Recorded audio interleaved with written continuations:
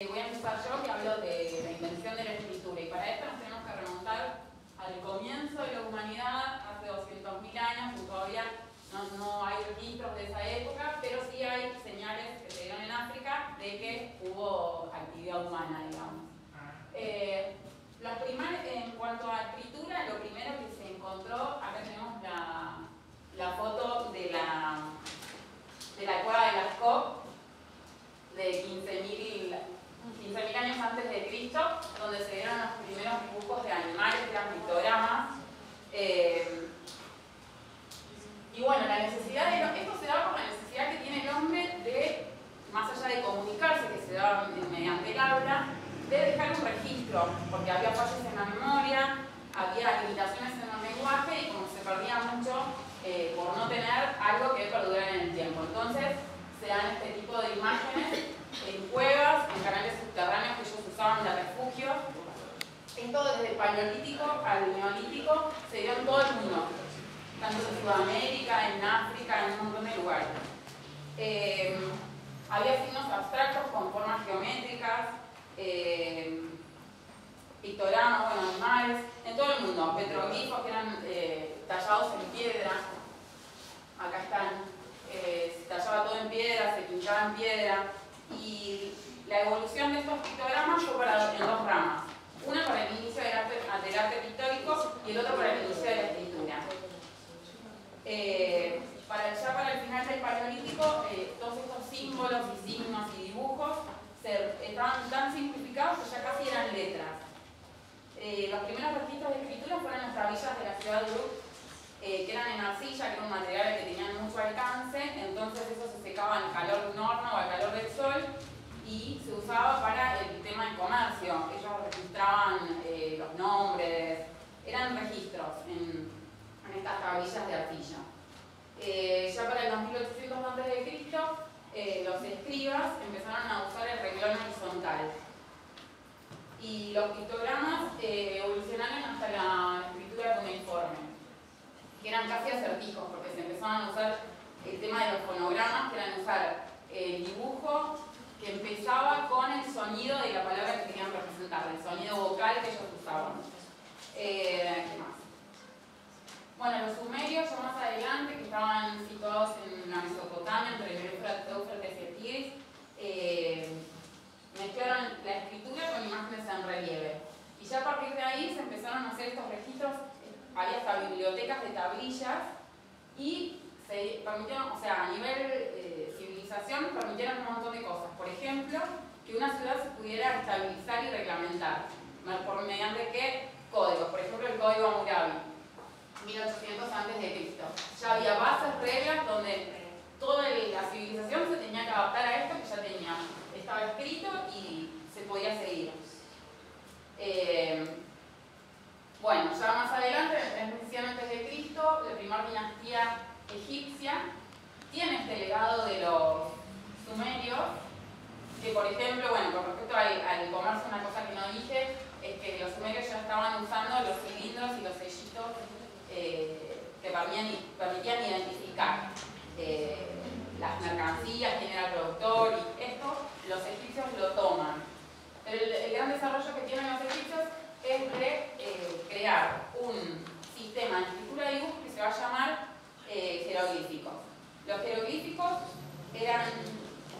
tenían formas de escribir, acá están, verticales y horizontales. Y los verticales podían ser de arriba a abajo, de abajo a arriba, y el horizontal izquierda a derecha, de derecha a izquierda, o sea, que tenían 4 formas de poder escribir, 4 formas de diseño, vamos a tomarlo así. Y tallaban todo, desde los utensilios, la ropa, los ataúdes, los templos, todo tallado con jeroglíficos.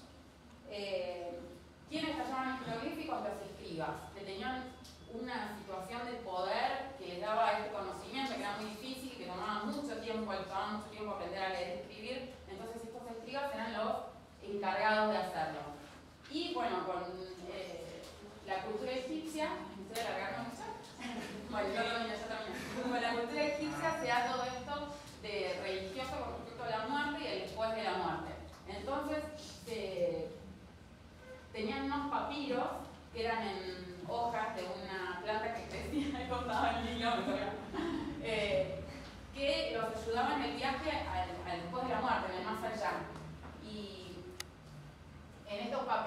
estaba cronológicamente armada de la vida de la persona que moría. Ya terminé. ¿Y qué más puedo decir? Bueno, tenían mucho poder, se hacían en tallos de junco. Con tallos de junco pintaban estos papiros que eran gigantes, medían, bueno, no tengo acá las medidas, pero eran de 40 centímetros hasta 2-3 metros. Bueno, después se da la escritura didáctica y domótica, que no va a reemplazar el jeroglífico, sino que lo va a acompañar. Y nada más, bueno, más adelante se encuentra también otra forma de escritura, que es en la piedra roseta, que nos habían contado los chicos, lo voy a hacer muy rápido. Cuando Pompidio, ¿estoy diciendo bien? Sí, Ptolomeo asciende al trono de Egipto, se hace este decreto en 2 idiomas y en 3 escrituras. Los chicos ya nos contaron en clase, no me voy a extender con esto, pero bueno, fue muy importante y llegamos al Egipto con el tema de los jeroglíficos y cómo todo esto ayudó a tener una base y a identificar la historia. Bueno, voy a hablar de los alfabetos. Las primeras son las fotografías cretenses. Este era un sistema de escritura ideográfico, representaban partes del cuerpo, animales, objetos de la naturaleza. Y este que puse de ejemplo es el disco de Fastos, que está impreso de ambos lados y que hicieron sellos de impresión para imprimir cada carácter. Se dice que es el primero en el sistema de impresión de sellos. Después surge el alfabeto semítico, que supuestamente conocían las fotografías cretenses y quisieron crear su propio lenguaje con escritura. Esta tablilla de arcilla con caracteres para representar los sonidos de las consonantes. Luego surge a partir de la derivación de la escritura semítica aparece el alfabeto arameo. Se escribía con un lápiz grueso, a 45 grados, con trazos horizontales gruesos y trazos verticales finos. Las curvas expresivas evolucionaron en el alfabeto hebreo y el árabe. Las formas gráficas del hebreo son cuadradas y se agregaron puntos y guiones a los vocales. Y en el alfabeto árabe son caracteres pronunciados, alargados, angulares y gruesos, y cambia dependiendo de la posición que ocupen dentro de la palabra. En el 700, con formas gráficas totalmente distintas, aparece el alfabeto griego. Los griegos aplicaron la estructura geométrica, el orden visual y el equilibrio. Y también la armonía y la belleza. Tuvo gran importancia en la comunicación gráfica y en la democracia porque pudieron hacer sellos personales, se permitió votar en secreto y bueno, y un montón de cosas más. Este es un ejemplo de las persas de Timoteo, es un ejemplo de cómo evoluciona la forma simétrica y el ritmo visual. Después, a partir de la derivación del alfabeto griego, aparece el alfabeto latino y se dio atención cuidadosa a las formas dentro de los espacios de las letras y entre las letras también. Son caracteres basados en triángulos, círculos y cuadrados, y cada letra fue diseñada para volverse una forma más que la suma de sus partes. La escritura tomó varios estilos de diseño con las mayúsculas cuadradas. El espacio entre las líneas y las letras era amplio y no había espacio entre palabras. Tuvieron proporciones majestuosas y legibilidad destacada. También están las mayúsculas rústicas, que son condensadas, permitían escribir más rápidamente y ahorraban espacio. Y luego, en 1446, aparece el alfabeto coreano, que es un sistema de escritura científico y que cada carácter es la posición de la lengua y de la boca dependiendo del sonido. Y se basa en un sistema de agrupación de caracteres para constituir sílabas. Termino. Bueno, yo voy a hablar de dos templos que son considerados como los templos más importantes de la antigüedad. Uno es el Partenón en Grecia y otro es el Panteón en Roma. Bueno, el Partenón estaba construido en Atenas, que se consideraba la polis más importante entre todas las polis de Grecia. Estaba construido en un lugar que se llamaba la Acrópolis, que era como el lugar santo, que estaba sobre una colina y estaba rodeado por una muralla, y era el templo más grande de la Acrópolis. Bueno, las características más importantes que tiene este templo, bueno, está rodeado por columnas y que rompe con la tradición del templo de 6 columnas en la parte más corta. Este tiene 8 para que se pudieran poner la estatua de la diosa, que se llamaba de la diosa Atenea, sí, la diosa Atenea, que es la diosa de la sabiduría y de la guerra. y era tan grande y tan dimensiones que necesitaron hacer el templo más grande. Bueno, el templo consta de una cela, que es la parte principal del templo, que se divide en dos partes. Estas dos partes contrastan mucho porque se puede ver una diferencia importante, o sea que donde se encuentra la estatua de la diosa, que es la parte más importante, las columnas tienen dos niveles y son mucho más importantes, mucho más adornadas, y en cambio el otro sector de la cela es donde se encuentran los tesoros de la diosa y ya es una estructura mucho más simple y con menos columnas. Bueno, el templo estaba hecho para mirarlo desde el exterior, que los ciudadanos no podían ingresar al templo, no era un lugar para hacer ritos, sino que solamente alojaba la estatua de esta diosa griega. Entonces estaba muy adornada en el exterior y en el interior era un lugar importante, pues solamente para la diosa. Bueno, estaba sobre 3 escalones todo el templo que lo rodeaban, y lo que es muy importante es que la entrada estaba en el este en vez del oeste, que es donde se encontraba en la Acrópolis. Entonces la gente que visitaba el espacio tenía que rodear todo el templo para poder estar en la entrada. Bueno, y esto denotaba esto que tenían ellos de decir de que el espacio exterior es el más importante, que necesitaban recorrerlo entero y verlo entero, que era lo más importante. Bueno, ellos también le daban mucha importancia a la armonía y la estabilidad. Todas las partes del templo estaban relacionadas, el diámetro de la columna se relacionaba con todas las dimensiones del templo. Y bueno, también la armonía visual, que como las distorsiones de la visión que se producen por la luz solar y por la distancia, para evitar eso ellos hacen en el inferior de la columna, las hacen más anchas, y el espilobato y el arquitrabe son convexos en el centro para evitar esa distorsión. Y bueno, después del Panteón en Roma está construido sobre el campo de Marte, que era como una plaza donde alrededor había varios edificios de gran importancia, y bueno, consta de una circunferencia con una cúpula y un pórtico. Bueno, ellos muy importante porque empiezan a utilizar el hormigón y la cúpula y la bóveda y los arcos, que hacen que el espacio interior sea mucho más grande. Entonces pueden aumentar ilimitadamente el espacio interior, y ellos, a diferencia de los griegos, le dan mucha importancia al espacio interior, no tanto así al exterior. Ellos usaban este lugar como un espacio rito, entonces el espacio interior es muy rico.